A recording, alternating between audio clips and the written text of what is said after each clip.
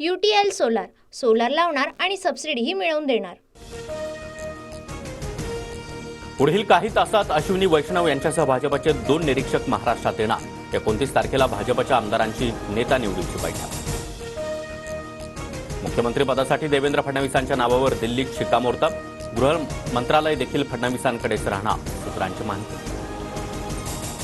एकनाथ शिंदे यांच्याकडे नगरविकास खातं कायम, तर अजित पवार यांच्याकडे पुन्हा एकदा अर्थ मंत्रालय जाणार असल्याची सूत्रांची माहिती। ईव्हीएम विरोधातील याचिका सुप्रीम कोर्टानं फेटाळली। मतपत्रिकेद्वारे पुन्हा निवडणुका घेण्यास कोर्टाचा नकार। जिंकल्यावरच ईव्हीएम चांगलं वाटतं का, कोर्टानं याचिकाकर्त्यांना सुनावलं। भारत जोडोनंतर काँग्रेस आता ईव्हीएम छोडो यात्रा काढणार। अध्यक्ष मल्लिकार्जुन खरगे यांची घोषणा। ईव्हीएम मोदी शहांच्या घरात ठेवा, आम्हाला मतपत्रिकेवरच मतदान हवंय, काँग्रेस आक्रमक। ईव्हीएम संदर्भात आंदोलन उभारणाऱ्यावर ठाकरे गटाच्या बैठकीमध्ये चर्चा। महाविकास आघाडी ईव्हीएम विरोधात आंदोलन छेडणार। उद्धव ठाकरे महाविकास आघाडीच्या नेत्यांशी चर्चा करून भूमिका ठरवणार, सूत्रांची माहिती। ईव्हीएम विरोधात आता मागे हटायचं नाही, पराभूत उमेदवारांना शरद पवारांचं आवाहन। कायदेशीर लढाई लढण्यासाठी वकिलांची टीम करण्याचा देखील निर्णय, सूत्रांची माहिती। मतदान आणि मतमोजणीच्या आकड्यामध्ये तफावतीच्या तक्रारी नाहीत। निवडणूक प्रक्रिया अत्यंत पारदर्शक पद्धतीने राबवली, राज्याचे अतिरिक्त मुख्य निवडणूक अधिकारी यांची माहिती। शरद पवार नावाचा अध्याय महाराष्ट्राच्या राजकारणातून संपला। पवारांना आता सेवानिवृत्ती घेण्याची गरज। भाजप आमदार गोपीचंद पडळकरांची टीका। आम्ही काम करत नाही, सिद्ध करून दाखव। राऊतांच्या आरोपांवर माजी सरन्यायाधीश धनंजय चंद्रचूड पहिल्यांदाच बोलले।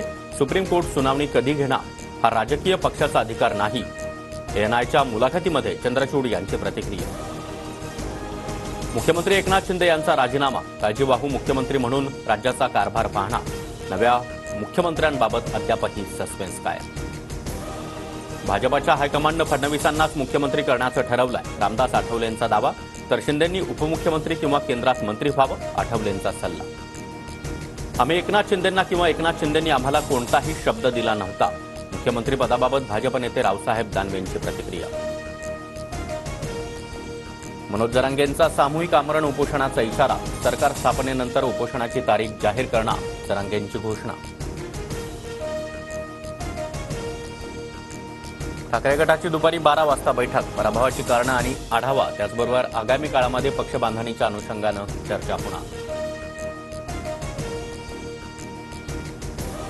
काँग्रेसच्या नवनिर्वाचित आमदारांची दुपारी बैठक। रमेश चेन्नीथला, नाना पटोले यांच्या उपस्थितीमध्ये टिळक भवनामध्ये बैठकीचं आयोजन। मुख्य जलवाहिनीच्या दुरुस्तीमुळे उद्या आणि परवा लोअर परळ, दादर आणि प्रभादेवीमध्ये पाणीपुरवठा बंद। शुक्रवारी रात्री 8 वाजेपर्यंत पाणीपुरवठा सुरळीत होणार।